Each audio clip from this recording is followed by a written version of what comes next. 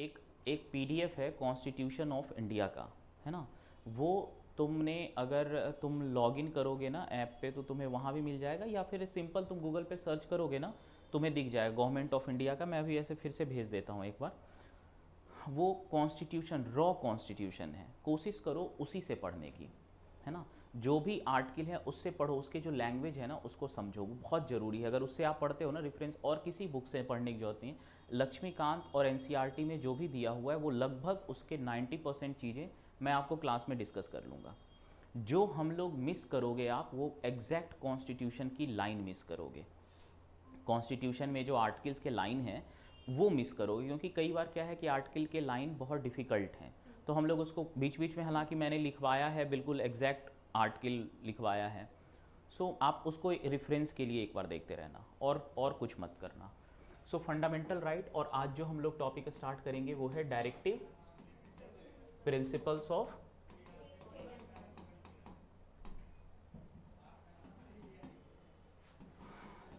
कुछ चीज़ों को समझना है कि पहला ये कि एक प्रिंसिपल है। So what is directive principle of state policy अगर कोई पूछे, और ये पार्ट किस में दिया गया है, part 4।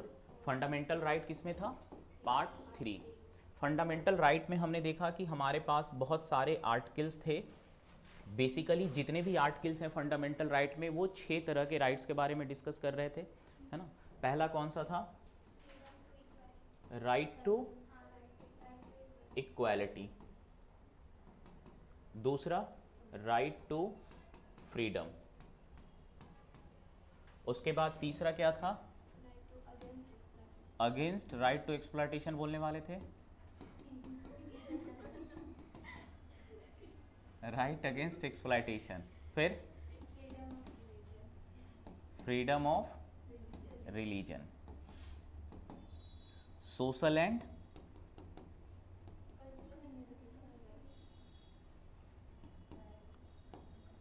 Cultural and educational rights. और सिक्स्थ क्या था, कॉन्स्टिट्यूशनल रेमेडीज। आपको अगर कहा जाए कि इसमें से सबसे इम्पॉर्टेंट अगर राइट्स है तो वो लास्ट वाला है। क्यों सबसे इम्पॉर्टेंट राइट्स है कि ये एक ऐसा राइट्स है जो अदर राइट को इन्फोर्स कर रहा है। Without right of constitutional remedies ये सारे राइट्स क्या हैं कि तुम्हारे पास, मान लो घर में तुम्हारे घर वाले ने बोला कि हाँ टीवी ला के रख दिया, तुम बचपन में रो रहे थे मुझे टीवी चाहिए टीवी चाहिए, टीवी दे दिया, बट टीवी तुम चला ही नहीं पा रहे हो, रिमोट में चाइल्ड लॉक लगा हुआ है, चल ही नहीं रहा है ना। सो काइंड ऑफ चीज़ें होना और उसको इस्तेमाल करना। फ्रीडम है लेकिन फ्रीडम को यूज़ ही नहीं कर पाओगे तो फिर वो फ्रीडम किस काम का। सो हमारा जो सिक्स्थ राइट है, इसीलिए अंबेडकर ने इस राइट के बारे में कहा है कि this is soul of the constitution. अगर यह राइट हमारे, और किसी कॉन्स्टिट्यूशन की दो सबसे इंपॉर्टेंट, अगर आपसे कोई पूछे कि व्हाट इज कॉन्स्टिट्यूशन, कॉन्स्टिट्यूशन में क्या होना चाहिए कि उसे हम कॉन्स्टिट्यूशन कहें, तो आप क्या कहोगे, दो चीज़ें। सबसे पहला, कॉन्स्टिट्यूशन पहचान है एक डेमोक्रेटिक कंट्री की, है ना। अगर एक डेमोक्रेटिक कंट्री है उसकी पहचान है कॉन्स्टिट्यूशन। और डेमोक्रेसी में होता क्या है कि लोगों ने अपना गवर्नेंस का राइट किसको दे दिया, स्टेट को। लोगों ने एक स्टेट फॉर्म किया, state is an institution. State क्या है, एक इंस्टीट्यूशन है जिसका मेन पर्पस है टू गवर्न। और स्टेट में गवर्नेंस में अगर सबसे मोस्ट इंपॉर्टेंट फीचर की बात करें कि गवर्न करने का मतलब मल्टीपल चीज़ है, डेवलपमेंट करो, एजुकेशन प्रोवाइड करो, लोगों की मदद करो, सिक्योरिटी प्रोवाइड करो। स्टेट की जो शुरुआत है वो हुई है सिक्योरिटी प्रोवाइड करने से। आज से 2000 साल पहले जब स्टेट बनना शुरू हुआ था, तुम देखोगे कि हमारे यहाँ पे स्टेट का फॉर्मेशन, अगर हिस्ट्री जब पढ़ोगे ना, सो सबसे पहला हिस्ट्री में आप चैप्टर पढ़ते हो इंडस वैली सिविलाइजेशन, सिंधु घाटी सभ्यता। सिंधु घाटी सभ्यता एक स्टेटलेस सोसाइटी है, एडमिनिस्ट्रेशन है, बट दिस काइंड ऑफ एक मैच्योर स्टेट होता है, उसकी उसकी सैनिक होती है, ये सारी चीज़ें नहीं है वहाँ पे। सो इंडस वैली सिविलाइजेशन में स्टेट इवॉल्व नहीं हुआ है। इंडस वैली सिविलाइजेशन के बाद आप पढ़ते हो वैदिक पीरियड, है ना, जिसमें ऋग्वेद लिखा गया, ऐसे चीज़ें लिखी गई। ऋग्वेद के समय में भी जो स्टेट है वो अभी बहुत मैच्योर फॉर्म, इमैच्योर फॉर्म में है। ट्राइबल काइंड ऑफ फॉर्म में है। सो ट्राइबल सोसाइटी अगर आप जाके देखोगे तो ट्राइबल सोसाइटी में क्या होता है कि जो ट्राइबल्स के हेड होते हैं, सबसे सीनियर होते हैं, सबसे एक्सपीरियंस्ड होते हैं, वो हेड होते हैं और सारे ट्राइबल्स काम भी करते हैं और वो सिक्योरिटी का भी काम करते हैं। काफ़ी हद तक स्टेट का इवोल्यूशन होता है लेटर वैदिक पीरियड में। किस पीरियड में? लेटर वैदिक पीरियड में। और पहला जो बिल्कुल क्लियर कट इंडिया में अगर बात करें कि स्टेट अपने पूरे मैच्योर फॉर्म में बन गया है, वो बन गया है मौर्य पीरियड में, है ना। अशोक के बारे में आपने सुना होगा, चंद्रगुप्त मौर्य के बारे में सुना, क्योंकि चंद्रगुप्त मौर्य के समय तक पूरा स्टेट का जो सिस्टम ऑफ एडमिनिस्ट्रेशन है वो डिफाइन हो गया है कि राजा है, राजा पूरे कंट्री का हेड है, पूरे कंट्री को छोटे छोटे प्रोविंस में बांटा गया है, हर प्रोविंस के लिए राजा एक गवर्नर को अपॉइंट कर रहा है ना। सो स्टेट की जो ट्राइबल में किंग, ट्राइबल सोसाइटी में भी किंग होते हैं, लेकिन उस किंग का पर्पस, सबसे इंपॉर्टेंट पर्पस जो है वो होता है सिक्योरिटी प्रोवाइड करना। Security with in the community, कि कम्युनिटी में आपस में ही कोई लोग झगड़ा कर लिया, उसका डिसीजन लेना, उसमें न्याय करना कि हाँ आपस में झगड़ा नहीं करना है, किसी दूसरे कम्युनिटी वाले ने हमारे लैंड को छीन लिया, उससे लड़ना है। सो स्टेट का जो अटमोस्ट ऑब्जेक्टिव है that is to provide the security to the citizen, है ना। सो डेमोक्रेसी में हमने अपनी पावर, हमने अपना गवर्नेंस का पावर स्टेट को दे दिया। बदले में स्टेट के पास अब बहुत पावरफुल हो गया, है ना। स्टेट काफ़ी पावरफुल हो गया क्योंकि हमने सारे लोगों ने, जिस स्टेट में जितने ज़्यादा लोग हैं वो स्टेट उतना ज़्यादा पावरफुल है ना। पहले के समय पे देखो, अभी पावर पैसे से होता है, किसके पास कितनी अच्छी हथियार है उससे डिसाइड होता है। लेकिन शुरुआत में जब हथियार नहीं होते थे, सिंपल आर्म होते थे, है ना, तलवारें होती थी, तो वहाँ पे जितने ज़्यादा लोग उतना ज़्यादा पावरफुल, है ना। सो स्टेट बहुत पावरफुल बन गया और स्टेट अब लोगों पर अत्याचार, स्टेट का पर्पस क्या है? लोगों को जस्टिस देना। लेकिन स्टेट ही टायरेनी क्यों नहीं हो जाएगा? टायरेनी एक वर्ड है पॉलिटी में जिसका मतलब क्या होता है? टायरेनी का मतलब होता है कि एक काइंड ऑफ, जैसे खूंखार हम लोग कहते हैं ना, तानाशाही। तानाशाही से भी मतलब एक ऐसा तानाशाह जो बहुत खूंखार हो, हाँ, अत्याचार करे, हाँ। सो स्टेट जो है वो खुद इन लोगों पे अत्याचार न करे, उसे बचाने के लिए फंडामेंटल राइट्स होते हैं। फंडामेंटल राइट्स जो है वो किसी भी कॉन्स्टिट्यूशन की मोस्ट इसेंशियल फीचर है कि अगर तुम्हारा कॉन्स्टिट्यूशन क्या है, जहाँ पर स्टेट कमिटमेंट करता है कि हम अपने सारे लोगों को ये सारे अधिकार देंगे, है ना। अब ये अधिकार शुरुआत में अगर बात करो कि ये सारा जो डेमोक्रेसी पूरी तरह से मैच्योर हुआ कब? 18th सेंचुरी में, है ना। खास करके जब अमेरिका में डेमोक्रेसी स्टार्ट होती है तब डेमोक्रेसी काफ़ी हद तक जो है मैच्योर फॉर्म में आता है, क्योंकि अमेरिका वो पहला कंट्री है जिसने अपना कॉन्स्टिट्यूशन लिखा। उससे पहले हाँ, रिटन फॉर्म में। उससे पहले भी जो भी इस तरह से राइट्स होते थे वो काइंड ऑफ वर्बल या फिर ऐसे डॉक्यूमेंट में, जो यूके में, ब्रिटेन में जो है ऐसा दिया गया। तो फंडामेंटल राइट किसी भी कॉन्स्टिट्यूशन की सबसे इंपॉर्टेंट फीचर है। और दूसरी फीचर जो किसी कॉन्स्टिट्यूशन की है वो है सिस्टम ऑफ गवर्नेंस, कि किस तरह से स्टेट क्या होगा, स्टेट कैसे बनेगा, किस तरह से काम करेगा, है ना। सो फर्स्ट पार्ट जो कॉन्स्टिट्यूशन का है वो है राइट्स देना, अपने सिटीजन को राइट्स देना। बाकी सिटीजन कौन होंगे, ये सारी छोटी छोटी बातें, ये सब भी कॉन्स्टिट्यूशन में है हमारे, but most important is fundamental right. अब अगर हम लोग राइट्स के बारे में बात करें तो पहले भी एक बार मैंने आपको बताया था कि जो अधिकार राइट्स होते हैं वह अगर हम लोग राइट्स को अलग अलग पार्ट में डिवाइड करें तो हम लोग क्या कह सकते हैं? एक पार्ट हमने देखा था पॉलिटिकल राइट,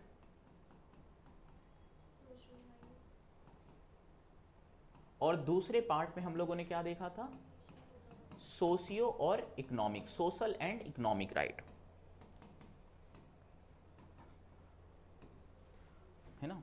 यूनाइटेड नेशन में भी जो ह्यूमन राइट कमीशन है, UNHRC, उसने भी डिफरेंट टाइप्स ऑफ राइट्स को जनरेशन में बांटा है कि जब ये सारी सिस्टम डेवलप हो रही थी तो सबसे पहले लोगों ने जो बात की वो की पॉलिटिकल राइट की, है ना। इसीलिए पॉलिटिकल राइट को कहा जाता है कौन सा राइट? First generation right.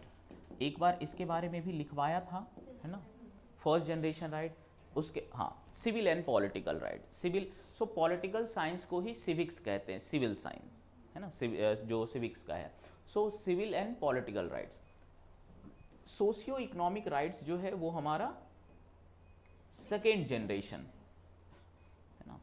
अब यहाँ पर ध्यान से समझना है कि सबसे इंपॉर्टेंट इंडिया के कॉन्स्टिट्यूशन में जो हमारी पॉलिटिक्स है, जो पॉलिटिकल राइट्स हैं, ज़्यादातर फंडामेंटल राइट्स में दिए गए हैं और सोशियो इकोनॉमिक राइट्स ज़्यादातर डायरेक्टिव प्रिंसिपल में दिए गए हैं। सो डायरेक्टिव प्रिंसिपल भी एक तरह का राइट है, हाउएवर वह राइट अभी इन फोर्स नहीं है, अभी फोर्स में नहीं है, अभी वो अप्लाई नहीं है। अगर डायरेक्टिव प्रिंसिपल में जो अधिकार दिए गए हैं, अगर वह अधिकार किसी व्यक्ति को नहीं मिल पाता है तो उसके लिए वो सुप्रीम कोर्ट नहीं जा सकता, नॉन जस्टिसिएबल है ना। सो राइट्स, आप जितने फंडामेंटल राइट्स की भी अगर आप बात करो तो फंडामेंटल राइट्स भी काफ़ी हद तक क्या है, प्रिंसिपल बेसिस पे हैं। समझते हो, देखो दो तरह की चीज़ें हैं, जैसे हम कहते हैं ना कि ये मेरा सबसे इंपॉर्टेंट प्रिंसिपल है। प्रिंसिपल का मतलब कि किसी भी चीज़ का, कोई भी आपका जो व्यू है उसका इसेंस, सिद्धांत। सो फंडामेंटल राइट्स भी जो है वो बेसिकली डिस्कस करते हैं किसको, प्रिंसिपल को, है ना, कि व्यक्ति को फ्रीडम होना चाहिए, कास्ट रिलीजन के बेसिस पे डिस्क्रिमिनेशन ना हो, है ना, एक्सप्लॉयटेशन ना हो, रिलीजियस फ्रीडम होना चाहिए। सो कुछ ऐसे प्रिंसिपल हमारे कॉन्स्टिट्यूशन में हैं जो कि एक डायरेक्शन दिए गए हैं। तो यहाँ पर अगर directive principle of state policy को हम लोग अगर समझना चाहें तो क्या हम कह सकते हैं कि दीज प्रिंसिपल्स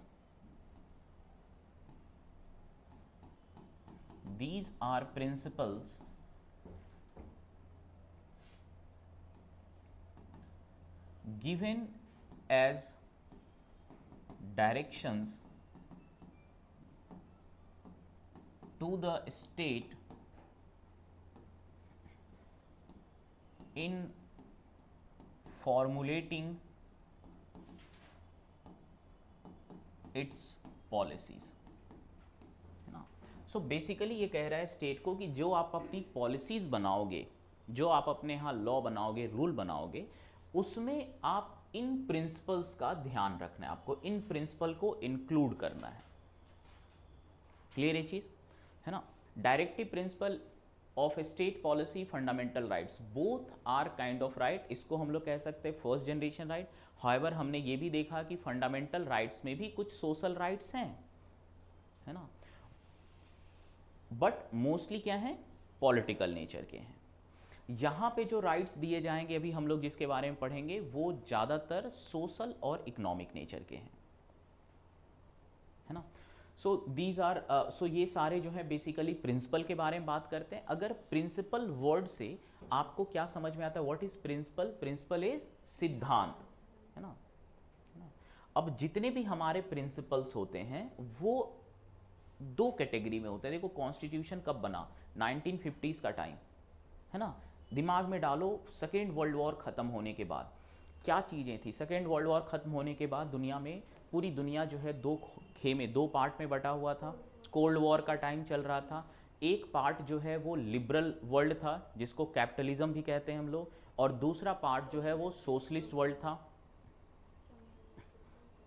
ठीक है। सो हमारे कंट्री में भी her even during the freedom struggle यह एक बड़ा डिबेट रहा है कि हमें किसको फॉलो करना चाहिए, अमेरिका को या फिर रसिया को। एक रिप्रेजेंट कर रहा है वेस्टर्न वर्ल्ड किस चीज़ को, लिबरलिज्म को। लिबरलिज्म का ही क्रूड फॉर्म, लिबरलिज्म का ही एक्सट्रीम फॉर्म जो है वो है कैपिटलिज्म। जब लिबरलिज्म के इकोनॉमिक एक्सपेक्ट को देखोगे, लिबरलिज्म जो है एक ऐसी व्यवस्था है जो इकोनॉमिकली फाइनेंशियल मैटर में काफ़ी ज़्यादा छूट देती है, और लिबरलिज्म की वजह से ही कैपिटलिज्म इवॉल्व होता है। समझ रहे बात को। दूसरा है सोशलिज्म। लिबरलिज्म और सोशलिज्म अपने आप में एक अच्छी विचारधारा है, लेकिन अगर लिबरलिज्म को पूरी तरह से छोड़ दिया जाए, पूरी तरह से क्रूड लिबरलिज्म की बात की जाए, एब्सोल्यूट लिबरलिज्म की बात की जाए, तो यह जो सोसाइटी है लिबरल, ये कन्वर्ट हो जाएगा कैपिटलिज्म में, है ना। ऐसा मार्क्स ने कहा था, ठीक है। और सोशलिज्म को अगर छोड़ दिया जाए तो ये कन्वर्ट हो जाएगा किसमें, कम्युनिस्ट में। हम जब हमारी कंट्री इंडिपेंडेंट हुई तो हमारे पास ये दोनों इंडिपेंडेंस के दौरान भी और इंडिपेंडेंस के बाद ये दोनों चीज़ें थी कि कुछ चीज़ें लिबरलिज्म में भी अच्छी हैं, कुछ चीज़ें सोशलिज्म में भी अच्छी हैं। तो काफ़ी हद तक हमें अपनी पूरी कॉन्स्टिट्यूशन अगर आप देखोगे तो हमारा पूरा कॉन्स्टिट्यूशन इन दोनों प्रिंसिपल को बैलेंस करने में लगा हुआ है। अगर आप हमारे कॉन्स्टिट्यूशन का फिलॉसफी की बात करो कि what is the philosophy of Indian constitution, तो आपको कहीं ना कहीं दिखेगा कि जो लिबरलिज्म है और जो सोशलिज्म है उस दोनों को बैलेंस करने का कोशिश किया जा रहा है। कुछ चीज़ें जो हमें लगा लिबरलिज्म की होनी चाहिए अच्छी है, कुछ चीज़ें जो सोशलिज्म में अच्छी है। और ये बैलेंस क्यों किया गया? क्योंकि हमारी सोसाइटी ऐसी है ना। ठीक है, इसमें अगर आपसे कोई पूछता है कि वाई क्यों ऐसा कि दोहरी मतलब दो नाव पे पैर रखना है ना, ऐसा एक कहावत है, दो नाव पे पैर रखना तो खतरनाक है ना। सो क्यों भारत लिबरलिज्म को ही फॉलो नहीं किया या क्यों पूरी तरह से सोशलिज्म को ही फॉलो ना किया? तो हम क्या कहेंगे इस तरह के क्वेश्चन के आंसर में क्या है, देखो जब प्रिंसिपल थ्योरी की बात होती है ना तो दैट बिकम वेरी डिफिकल्ट कि उसको किस तरह से एनालिसिस करो। हम लोग ऐसे तो रिसर्चर तो है नहीं, हमें सिंपल में आंसर में कहना है कि देखो भारत हिस्टोरिकली देखा जाए एंशिएंट पीरियड से भारत बुद्धा का देश रहा है और हमारी जीन है, हमारा डीएनए, हम अंदर से जो है वो मिडिल पाथ फॉलोअर हैं। हम कर ही नहीं सकते। आपको कहा जाए कि पूरी तरह से लिबरल बन जाओ, आप नहीं बन पाओगे। कुछ लोग बन सकते but as a whole country, क्योंकि हम लोग हजारों साल से जिस फिलॉसफी को फॉलो करते आ रहे हैं, जिस वे ऑफ लाइफ को, जिस रिलीजन को फॉलो करते आ रहे हैं, वह हमारे माइंड को ऐसा बना दिया है कि हम लोग हमेशा बीच का रास्ता निकालते हैं जो हमारे लिए सूटेबल हो, है ना। तो इससे सामने वाले को ये लगता है कि तुमने एक बहुत अच्छा लॉजिक दिया है।